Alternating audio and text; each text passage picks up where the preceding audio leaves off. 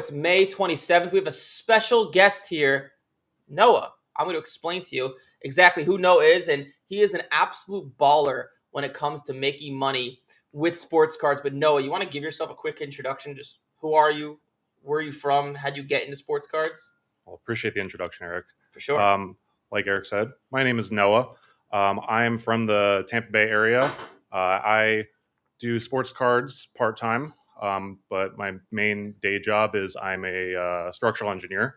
So sports cards has been able to fit into my work life and be able to be something that has combined a passion that I've had of sports and collectibles and having kind of like a aspect into alternative investments with being able to fit into my day-to-day life. So Nice. it's been awesome. Very nice. Let's go back to the beginning stages of sports cards. Why'd you get in? What were you like looking for a Yeah. side income? What was your first initial thoughts? Yeah, I had been open to a side income for a while, just kind of trying out different avenues. I had, while I was going through college, I had been involved and interested in investments, kind of got involved in that space, learned how to do that. Didn't really like the time commitment that had required. So I was looking for something that would be able to be uh, conducive for um, pairing along with my full time job. And sports cards came around. I saw that it was not attached to my full time job, and I was able to do it kind of on the side, and it was fun too. Like I've always enjoyed sports. I love watching sports. I'm a huge basketball, baseball, football fan, and it's nice to have like a little bit of like incentive and interest in the sports beyond just kind of watching it and being a fan, rooting for my hometown Tampa Bay Rays. Best team in baseball right They now. are best right? team in baseball. It's a good time to be a Rays fan. Well, very very nice. So I always like to ask this question. So you joined our program. You paid us money. You obviously spent money on cards too. Why did you like? I don't know. You probably saw an ad of me of somewhere or a video of me talking about it. But what prompted you to say, okay, I'm going to spend my hard-earned cash on this program and cards, and say like, okay, this is going to work. This is reliable. You see all those ads out there, like make money this, make money that. Like, why did you trust to put your dollar into cards? And obviously, you paid me as well. Yeah. But like, what about it said that this would actually work? Well, one of the things that you had said when we were like initially getting started was the time frame of condensing the learning that it takes to learn sports cards. Mm-hmm. Now, there's a lot that goes into it with all the different sets that are different for every single sport, and knowing the players that are best to buy. I could be a fan of an offensive lineman, and he's not going to be the most lucrative sports card to buy. So knowing what type of players to buy for each sport and condensing that knowledge was something that I really saw the value in a learning course like this, so that I could be able to get to a point where I'm able to make a decent side income from sports cards. And I feel like having gone through the Major League Profits program, it's really helped that, being able to kind of narrow the gap of really going from someone that didn't really have any experience in the sports card market beyond just collecting a little bit when I was a kid and knowing what sports cards were, to being at a point where I feel like I know my stuff right now, having gone through the program and really taken the time to make this and take it seriously as a side business. Yeah, that makes perfect sense. So let's get into the part people care about, the cards. Yeah. So you start buying your first cards. I'm sure your budget wasn't as big as it is today. Mm-hmm. But walk me through that. When you first started, like, was it scary? What cards were you buying? Were you making money? Were you losing money? What was your strategy when you first started actually spending money on cards? So when I first started, I had like a set budget in mind that I was wanting to put into this. I wanted to be able to. What was the budget? I started out with about 5,000 to start, and then Nice. when I saw things were picking up a little bit, I ramped it up to another 5,000, and that's really been kind of my rocket fuel, I guess. So you started with 10,000. Yeah, I started with about 10,000, Nice. and that kind of propelled me for the first couple months, year of my business. At the start, I was buying anywhere from like $50 to $100 cards. As I was like going up and buying more cards, I was getting a little bit nervous. It's like, oh shoot, You're like putting all this money I'm out putting all there, this money into and one specific piece of cardboard to increase the value in it. But when I started getting the rate of return that I had of so like, you're grading cards. yeah, so primarily what I was doing was I was buying cards with the intention to grade them, evaluating them, using the coaching service that Major League Profits offers to help with identifying cards that meet the centering criteria, also have the understanding of like what sort of issues typically come up with them, of like corner dings being typical surface issues, and being able to send those off to get graded and then be able to get them back when back when I started. The turnaround times were a little bit better. What were they? Like, how long did it take you to get your first cards I back? think it took about maybe like 2 months, maybe. Okay. So I was steadily deploying my initial investment over that 2 month period. And then when I started to get some back, I was like, oh, nice. This $50 investment turned into a $300 Well, card. give me an example of maybe one of your first wins. What card was it? How much did you Yeah. pay? What did you sell it for? I think my most memorable first win that I had was a Zay Flowers Prism Red Wave. Okay. I'm surprised I remember that, but you remember your first wins. I think I paid like $100 for it, and then it sold on auction for like $400 or $500. I was like, oh, When shoot. did you buy it and when did you sell it? What month of the year? So I started off in MLP in February. So I probably bought that card around like March or April, Okay. and then I sold it like leading up to the season in like July or August. Gosh, so So timing the market well. yes, time in the market is key. Cool. So you get in. How did that? Before I go into the next part, so you're like, when you're sending cards out for grading, and you never made money with cards, right? So you're just spending money, Yeah. spending money, and none of it comes back, Mm-hmm. and you feel like you're just putting money down a black hole. How did you deal with that? Are you married? No, I have a long-term partner though. Long-term partner, like, was your long-term partner like, what are you doing? Like, you're wasting, all your money. Like, how did you deal with spending all that money? Because 10 grand, or you started with 5 grand, but it's not a little bit of money. It's a decent amount of money. How did you like mentally deal with that? I guess is the best way. Yeah, it's a good question. I think it comes down to trusting in the process and trusting in the system that's there. I'm an engineer and I'm very much data driven. It's like, okay, I've seen that this has sold in the past before, and obviously past results don't necessarily dictate future. But I had a certain level of belief in the systems that I had been using, and seeing others having gone through the program, going and following the grading plan and making money from it. So I knew that it was bound to come, and it was a risk that has paid off. And in anything, you have to be able to take some risks to get the rewards that you want. And I think that the time delay that it does take to get cards back, if you time the market right, and that time delay can be to your benefit, or it can be to your detriment if you're not. I was going to ask you about that later, but I'll ask it now. So PSA has increased their wait times, right? I tell people, in my opinion, this is obviously I'm biased because like I have this program I teach people, but it's actually what I believe in. Because they increase their wait times and their prices, one, it brings more value to a PSA 10. So now the multiplier is bigger. And number two, more importantly, less people are grading. Yeah. People are like, this sucks. PSA is a scam. Just more cards for us. If you have a little bit of patience, you can make a lot of money. And I could attest to that because you joined after the pandemic. But during the pandemic, like right before the pandemic, PSA, it was $8 to grade a card. It would take like 2 weeks. But you'd buy a card for $100 and a 10 would be worth $130, $140. There wasn't a lot of big margin.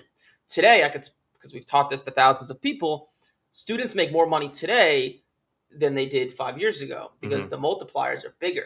With PSA, you just need a little bit more patience. But like, what is your opinion on PSA being, not consistent increasing their prices, increasing their time. Seems like everybody hates them.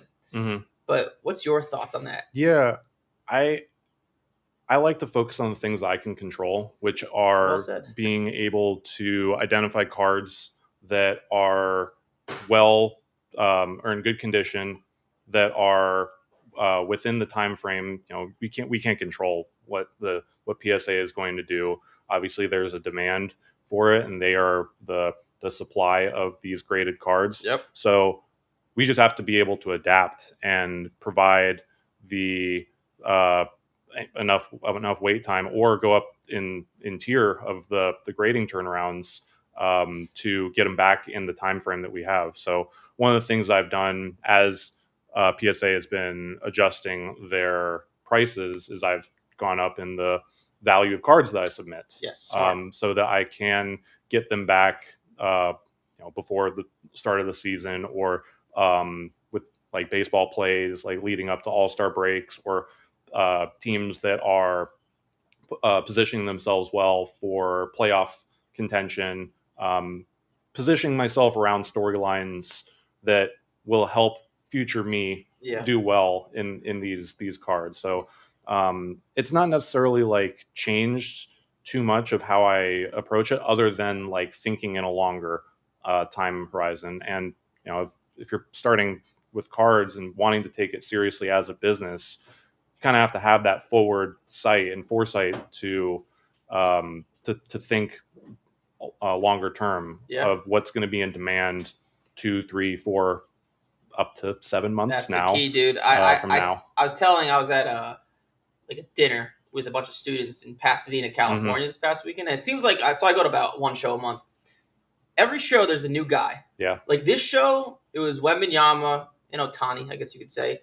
Last show I was at a month ago and the show before that was all Cooper Flag and Con Canupul. Yeah. So think like, okay, if the next show I'm going to, let's say the National, right? This is in late July. Mm-hmm. Who's going to be the guy? Who's everyone going to be chasing? And that's who you want to buy now, right? Yeah. So like, my opinion, I think like guys like Herbert, Jordan Love, Caleb Williams is kind of up. Yeah. But guys who like Bo Nix, these are guys that haven't went up yet. No one's Mhm. talking about them. I think they're going to be the guys everybody wants.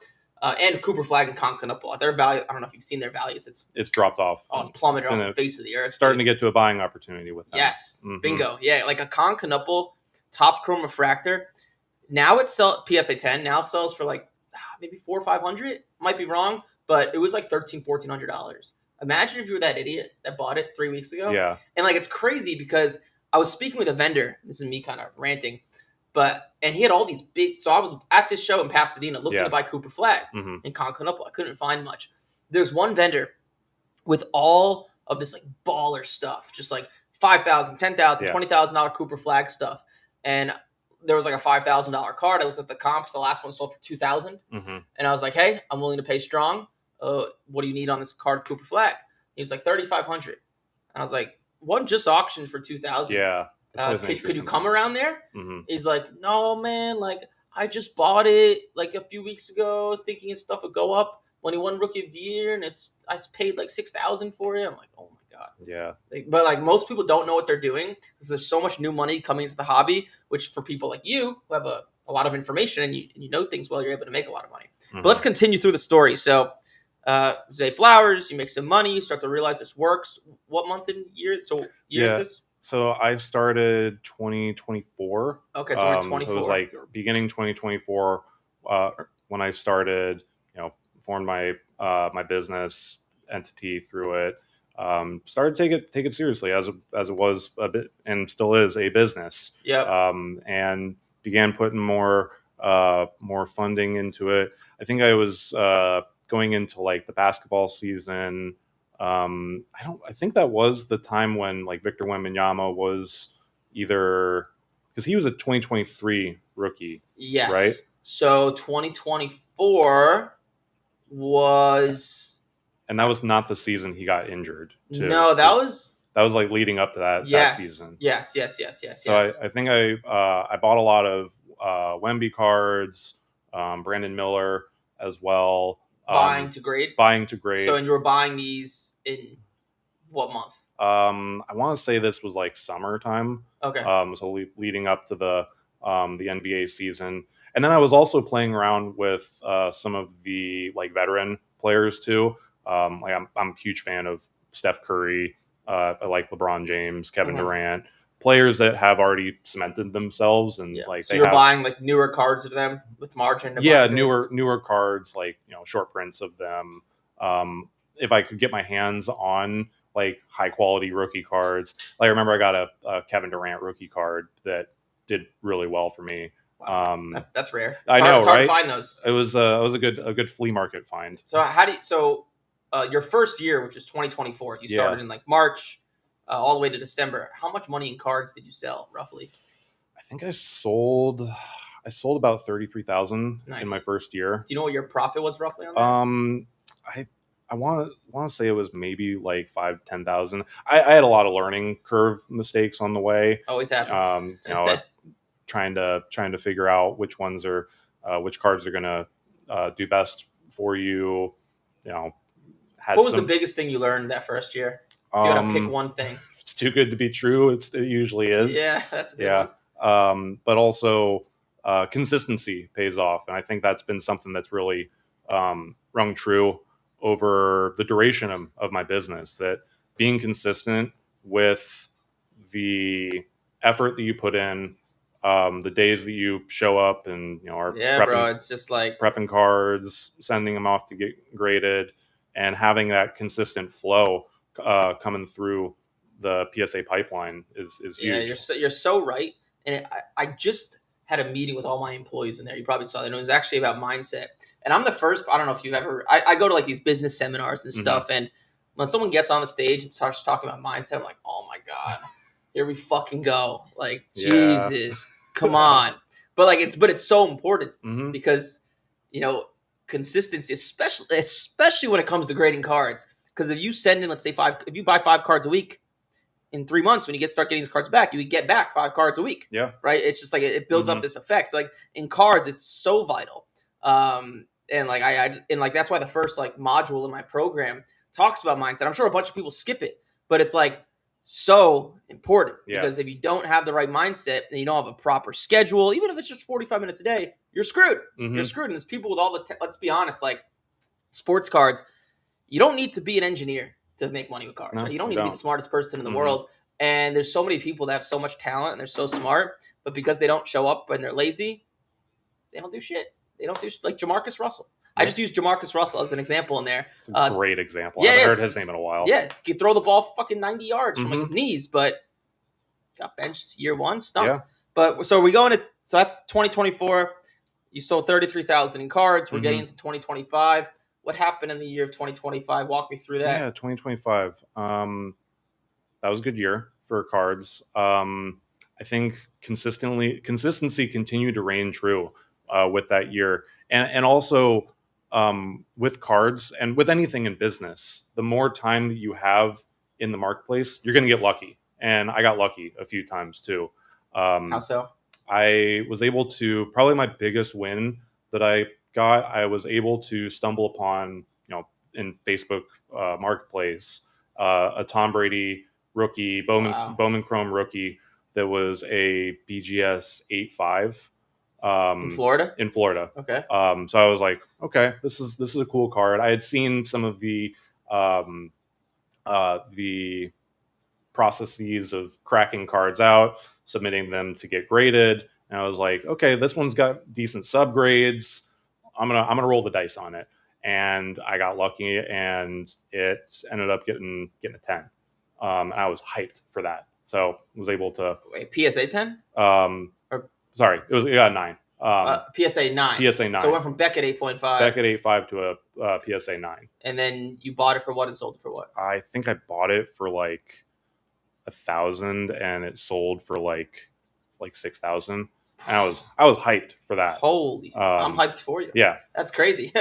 And but I'm sure like, yes, it is lucky, but mhm. like volume negates luck. Yes. And because you were consistent every day, that's why that happened. Yeah. But continue, sorry. So yeah, the consistency leads into luck too. And I got other deals, just being in the right spot and making good connections to the Tampa Bay area is really great with the card community too. We're doing a card show. Did you hear that? Oh, You guys are MLP? It's not gonna be like ML. Yes, we are the one. I'm the one hosting it and running it. Mhm. It's not gonna be called MLP. I'll talk to you about that Yeah. later, but probably in October. Nothing. We haven't put a deposit down yet, but it's gonna be sick. Nice, but dude. continue. Yeah. Yeah. So I was able to make really good connections in the industry.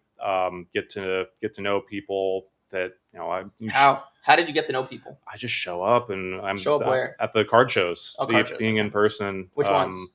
The Tampa Bay card shows are really good. They have them pretty consistently in like the St. Pete area. How do you make connections? You're just friendly. I'm a friendly dude. What do you say to people? Pretend I'm a vendor. What do you say to me? What's up, man? How's your day going so far? It's not bad. Nice. Been buying anything cool so far? Yeah. You interested in any of my stuff? Yeah, I'll take a look. I'm mostly looking at cards that are raw that I'm looking to grade, and I'm mostly looking at football, basketball, baseball cards. I'll take a look whatever you got. So then you'd use that. Mhm.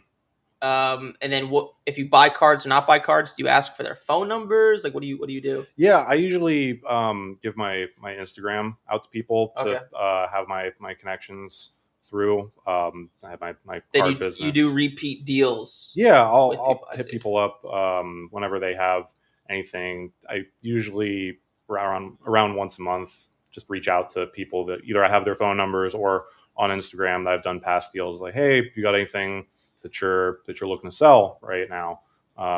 Sometimes it works out, and sometimes not. But there's been times where I've like done deals with people, and they will reach out to me and be like, "Hey, I got this. I know you buy raw cards to get graded. I just pulled this, Caleb Williams." Yeah, you become that go-to guy. Yeah, that I pay strong for because I'm willing to pay close to comps if I'm going to get a card graded, and it looks pretty good. So I'll pay people well. I treat them nicely.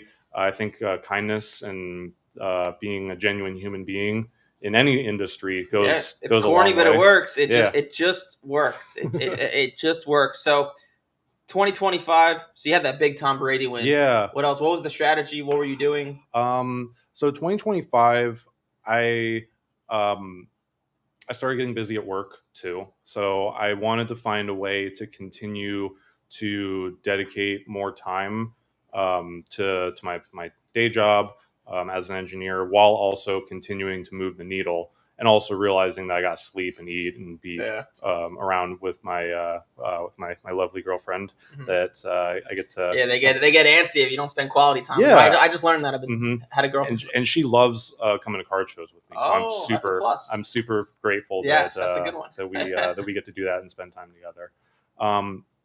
But realizing that I am human and that I only have a limited amount of time, I tapped into building a system to leverage a virtual assistant. And my virtual assistant, who I've worked with... What's a virtual assistant? Virtual assistant is someone that works overseas and is able to do kind of more administrative tasks for you. My virtual assistant does a lot of my research for me, researching cards for me to check the centering, the overall condition of them, whether or not the specific cards are within the comp range that I'm looking for, ideally to double my money from the original purchase. So you took your brain and kind of gave it to this person. And put it into a codified system so that he can go through and use 40 hours of his time.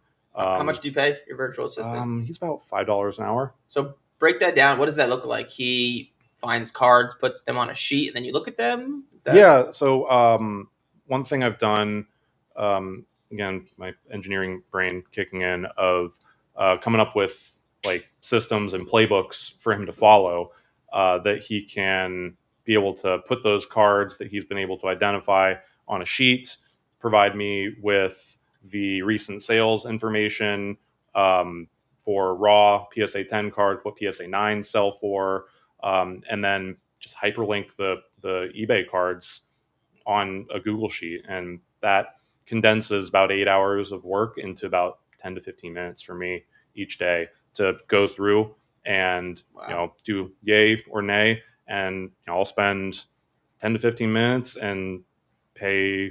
I'll buy however many cards he's able to find. So you're not finding these cards much at all. I still do. I believe one of the principles I believe is important is the 10-80-10 principle. So I've done a lot of screen recording. I know you do that a lot on the podcast as well, like showing people the A process smart guy. that you do. You should own a business, Right? You should. Yeah, shit. So I show him kind of like what I'm trying to do and like what I'm looking for on the cards, what I've seen from Topps Chrome, for example. Surface conditions crap on those cards. So Yeah. I'm like, okay, I really want you to take a look at the surface condition. If you see any sort of like print lines or anything on the card, that might be one that we move away from. Prism's another example. Those back corners with the dark borders, you usually get have little dents on them. Do you buy that stuff? Because the argument is, well, since it's hard to grade, I could buy it for $100 and a 10 is 800. So do you mess around with stuff with a gem rate that's like 10%, 20%? I take it into consideration. If there is the upside there, I'll pay up for a card that I feel like has the potential for it to have that $800 PSA 10 upside. And the way I look at it too is I'll approach it as like a play. So like I'm gonna for example, I think like last month, 2 months ago, I was buying a lot of Jackson Dart Prism silver cards.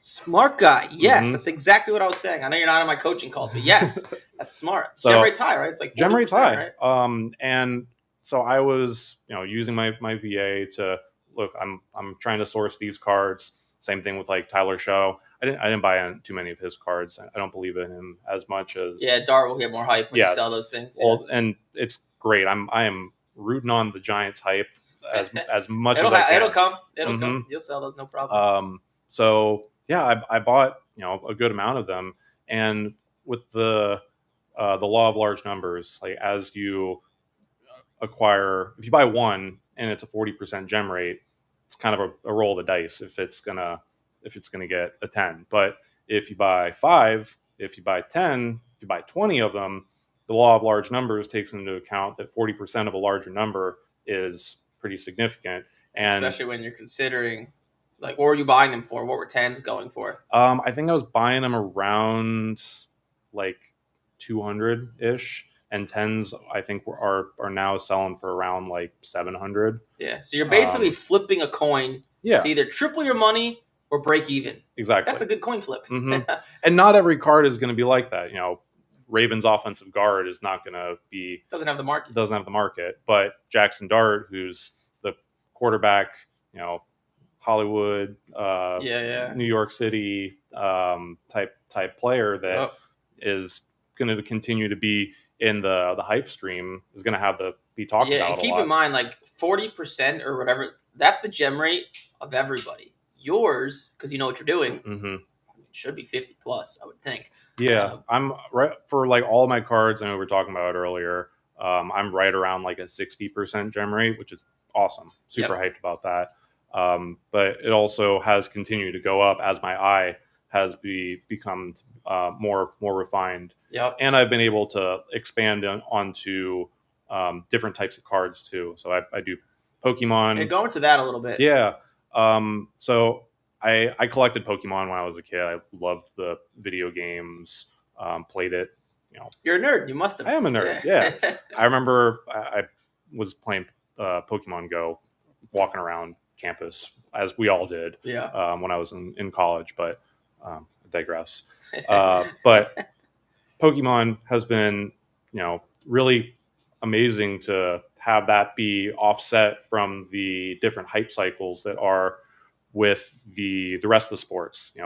I know usually around like August to October, it kind of falls into like I don't know if like a dead zone is a good way to put it, but it's like you're like all the sports are kind of in full swing. We got baseballs in October, or like ramping up towards playoffs.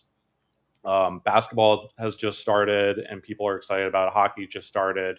NFL stays pretty well in demand during that time. So I was really wanting to have something that kind of is delineated from the schedules of the sports. And Yeah.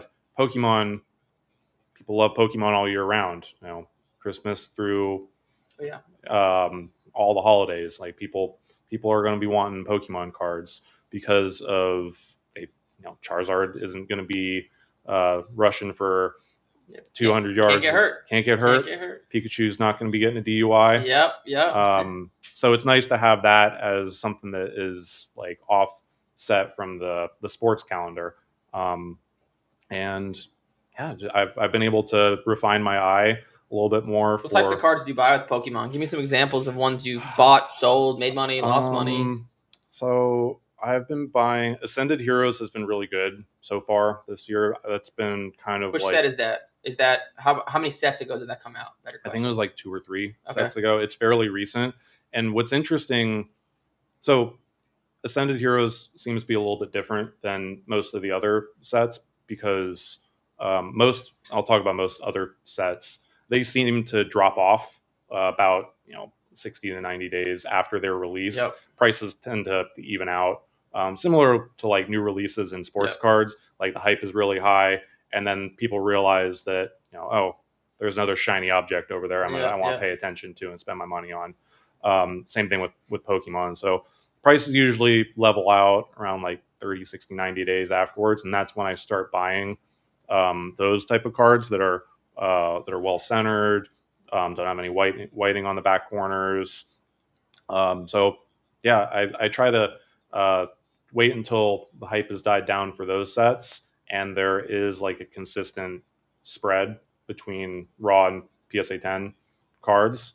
But Ascended Heroes has been different because the value of Ascended Heroes, because a lot of the Pokemon are from like the initial like 151 set, or there's a lot of like really good names in it. Like Gengar is one of the main chase cards. People love Dragonite too, is one of the main chase cards. I know the Trikachu is one of the main cards, and there's another Pikachu in there. So this set is good in your words because it has the main characters. It's got the main characters, and it's acting a little bit different than typical sets do. That just drop because off. You think it's because of the main characters? I think so. That's my. Don't they all?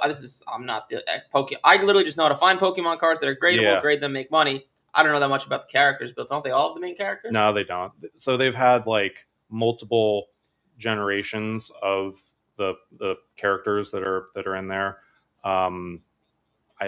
It's not my area of expertise. I know the main ones. That's why I grew up on from like the main 151. Yeah. But there are other ones that are less less known. What's been your best Pokemon win? What card? Oh man. And then give me a loss. The best card that I've had that I've been able to like have repeated success with was a Reshiram and a Zekrom card. The black one? The black and white cards. Okay, yeah, yep. And then also I bought a few Victinis.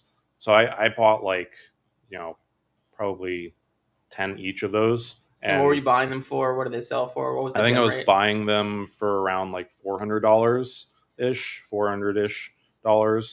And I was gem rating, I think I got above a 60% gem rate on those. So what were 10s? I think when I was selling them, they were around 14 to 1500. Wow. And then the 9s, were you breaking even? Breaking even, yeah. Okay. So between those, I did pretty good. And it was nice that was repeatable too. It's nice when you find a card that you can just buy over and over again. So 2025, you had the big Brady win. Yeah. Started to get into Pokemon. And I assume you were also just buying, following the traditional timing the market, buying football in the offseason, et cetera. Which brings us kind of close to now. Yeah. I guess before now, what was your revenue for 2025? Yeah. So end of 2025, I was able to exceed 6 figures in revenue. Wow. In my first full year of business. That's pretty good. Sounds like I paid you to say that. He didn't, but yeah, it was a really good year. I was able to, revenue wise, I was about 40% take home profit That's insane. from that, which 40% is insane. just dope. Yeah, Yeah, shit. it was Good for you. like as I was putting all my counting information together, I was like, oh shoot, this is Yeah, I did good. a pretty profitable business. Yeah, That's so great. it was it's been a really good 2025 was a really good year to continue to grow from. Nice. And what does I have a few questions for you. Sure. I guess I'll roll with this. Let's go with this. So you've obviously made a lot of extra money. Mm-hmm. Has that fundamentally changed your life at all outside of cards? So like, I don't know, going on more vacations, your mortgage, I don't know, like that. What are you doing with that extra money? Yeah. So it has allowed me to have a little bit more comfort in the way that I'm able to, I was able to go on a vacation that I had one card sell while I was on vacation. Where'd you go? I was in Key West for Nice. my girlfriend's birthday. Did you take a plane there? Yeah, we flew. Did you go on that propeller plane? No, we had like a normal plane. So when we were going to go to Key West, I got on a plane with my business partner because it was for we're doing like a mastermind there. Mm-hmm. I got on the plane. It was some old bullshit plane with those propellers. Yeah. And I walked off. I'm like, I'm not going on this thing. Yeah. So that was, so you literally made money while you were on vacation. I made money. I paid for the vacation with the sale of one card. Oh, which was really cool. Oh shit. All right. Nice. So that's been nice to have. I've also, it hasn't really fundamentally changed that much. I believe in this business too, and I've been able to put most of my my profits back into the business. Smart. Yeah, you shouldn't just blow the money. Like, the money compounds. Like, you take out money and it's so like, yeah. Yeah, I like the compounding interest is the eighth wonder of the world. Oh yeah. I'm a very firm believer in that. So it hasn't really changed too much, but it has allowed me to have a little bit more of like a cushion in my life, and be able to enjoy the fruits of my labor. Let me ask you this. Yeah. Does, now that you have extra money, extra cushion, does money buy happiness? I was already happy. Okay, fair answer. Mm-hmm. Does it make you happier having more money? Don't be afraid to say yes. You could say no too. It kind of does. I feel like if you're an unhappy person, money is just won't fix it. Money enhances your happiness. Yeah, that's what I tell people. Like, I just got done telling my all the employees in the other room, like, yeah, and like if your relationships are screwed up and no one likes you, having a lot of money isn't going to do anything. Buying a Lamborghini, not going to do anything. But like, if you're happy, you got a good girlfriend, family, whatever, and you make money, it makes you happier. Like, money buys fucking happiness. Like, or it makes you a lot happier. Like going on a vacation to Hawaii with your family and paying for it, that's happiness. It's also expensive and costs money. I always tell people that. I know I sound like greedy when I say that, but it's true. Like, I made no money for a long time. The minute I started making money, I was a lot happier. Yeah, and it's nice to be able to, I think, take away the stress. Money takes away stress too, and it's used as a tool as well. And like, you can use a tool for its intended purpose, to be able to leverage a business like what I'm doing, leverage a business that is working for you for it to continue to work well. Or it's like using a hammer to change a light bulb. You can use that tool in the wrong way and you end up in the dark. Yep, 100%. Another question for you. In a perfect world, what does this sports card business look like in 12 months from now? 12 months from now, I like to be continuing doing a lot of the same stuff that I've been doing. I'm really happy that I've like been able to have the type of success with the kind of time commitments and time allotments that I've had. I feel very fortunate that I really love my day job too as an engineer. And you're living life, dude. Yeah. Good girlfriend, good job, good side hustle. Yeah. This guy should be a life coach. That's what this guy should be. I got a lot of things to be really thankful for and blessed. So what's the secret? How'd you get happy? Oh, shit. Yeah. He's way taller than he looks, by the way. His seat, he lowered it a lot. Yeah, what's the secret? Focus on the things that are within your control and don't let the things that are not within your control bring you down. Yeah. We can only control a limited amount of things in our life. My effort, my attitude, the showing up early. Can't control wait times at PSA. Can't control wait times, but you can control the control your attitude. And I think, just being able to have a good attitude about life and take the good with the bad and realize that things that are may not be going great right now aren't it's not going to be forever, Yep. and that this is not your default state either. Yep. And it's all about just figuring out what your default state is going to be. And I choose happiness too, so it's Yeah. Comes been to mindset, dude. Comes mhm. back to mindset. It's corny, but it comes back to it. Next question. Yeah. Say someone comes up to you on the street and they're like, "Man, I saw that interview with Eric. You guys are both scams. Sports cards is a scam. This is a scam. You were paid to do Okay. this. You can't make money with cards. The market's gonna crash. Blah blah blah blah blah. It doesn't work." Hmm. What would you say to that person? um they're all always entitled to your opinion. I've done well with sports cards. Say you wanted to. I know your actual reaction would be like, okay, like you wouldn't. Yeah, You wouldn't I'm care. pretty much go with the But flow. let's say you wanted to Yeah. prove them wrong. um Man, I'm like the type of person who's like, watch me do it. It's like, or here's How would you show them? I'd be able to show just kind of the overall value that I've been able to have in the inventory that I have. The bank, it's interesting to say, but bank account is a reflection of that type of monetary success, and also just it's allowed me to have the enjoyment of life that I want to, because like it fits well with the things I enjoy. And it might not be for everyone, but it's worked out pretty freaking good for me. And if you or people like to have a side income and are already watching sports and enjoying sports, it's nice to have something that is related to sports that you can. Yeah, like you're gonna sit there and watch sports anyways. Yeah. You might as well be productive because it's fun. Hmm. Yeah, I tell people that all the time. Next question. This is one of my favorites. You see me online, Hmm. video, whatever it was. There's always skepticism to some degree. Like Mhm. you have all these gurus, all these people running around online saying this and that. What was your skepticism, either with me or cards or both? Like, what was your biggest like reason to be skeptical? Yeah. I think one of my skepticisms I had kind of in the beginning um, might have been around like, is this really going to work? Um, I might be a little bit different. It was like I have a lot of belief in myself that anything that I You're like choose me. to You're an choo- optimist. Yep. yeah, I choose anything I choose to do and put my effort towards is going to be success.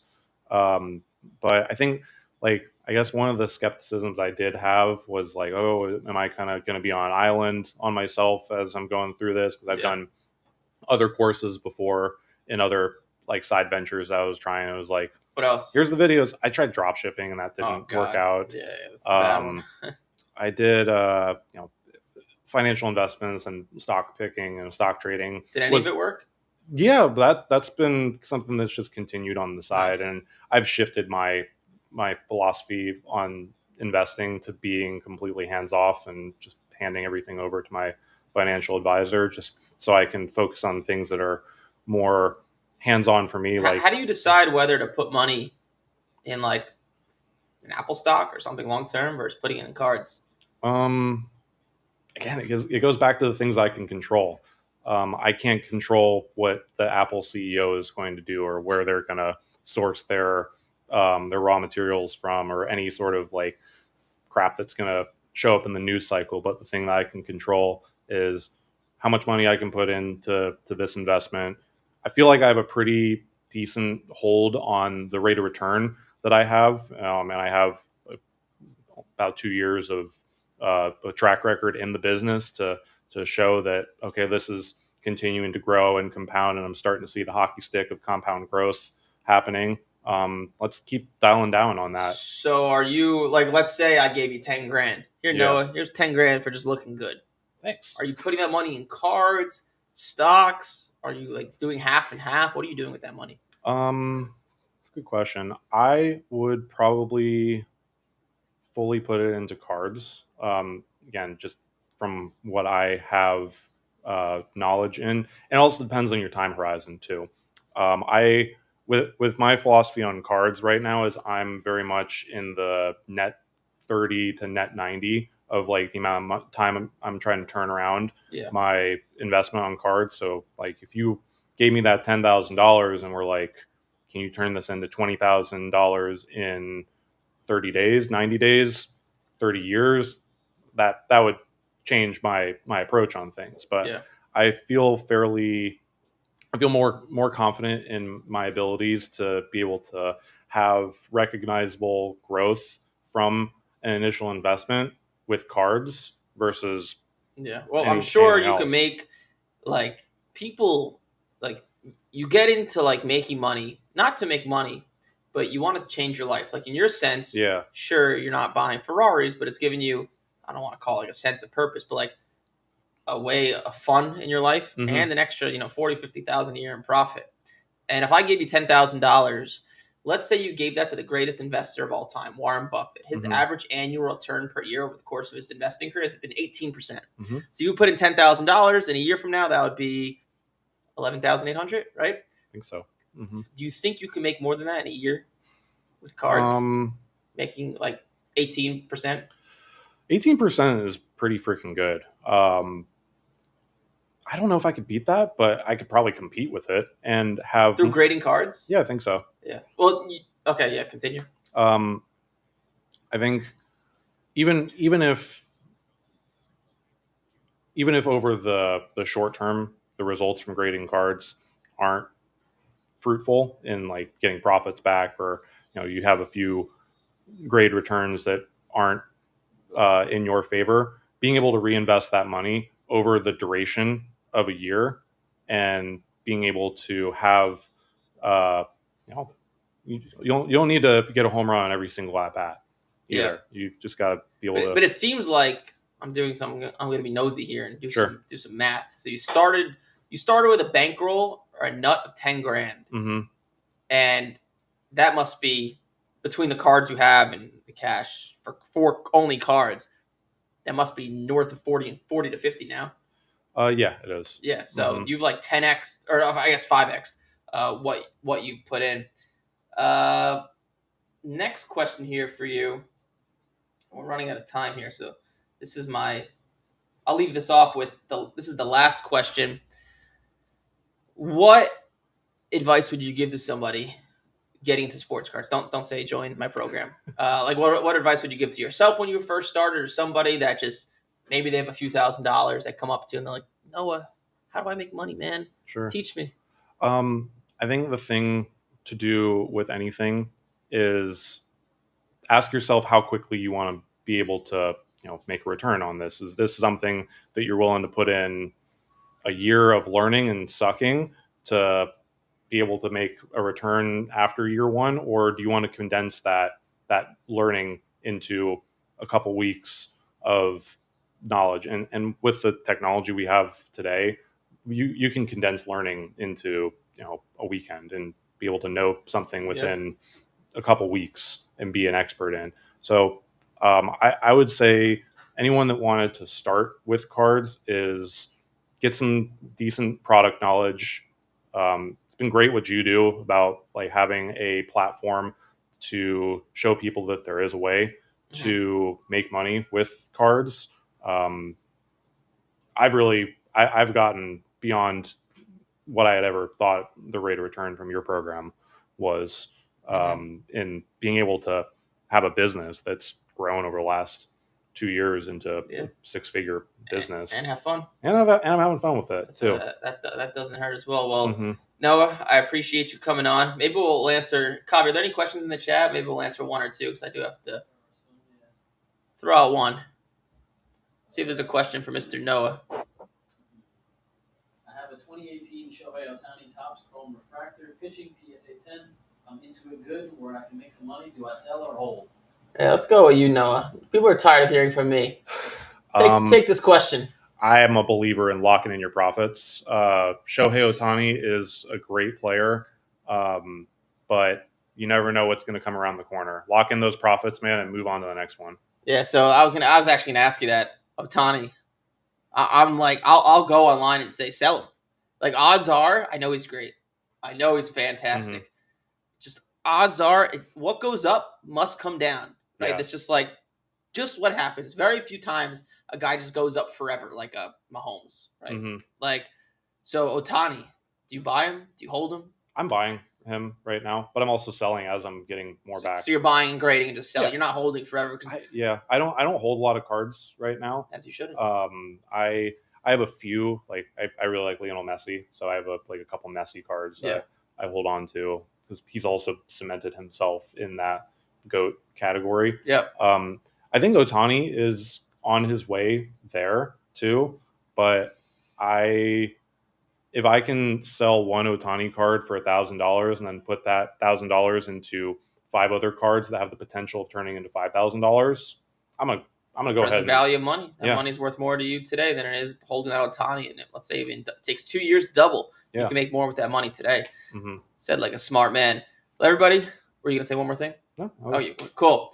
Well, hopefully you guys enjoyed this. This was a little spin up. If you don't know what's going on here, this is the Eric Michael Show. We do this on Monday, Tuesday, Wednesday at 10 a.m. Eastern. Do you want to throw out your Instagram handle? Yeah, my Instagram is Dukes DOUKS_enterprises. That's my Instagram. If you ever have any cards that you're trying to sell, I'm always buying. So cool, and I'm sure he's down to answer any questions. I know if you don't want to call in or pay me money to join my program, I'm sure he'll answer questions for free.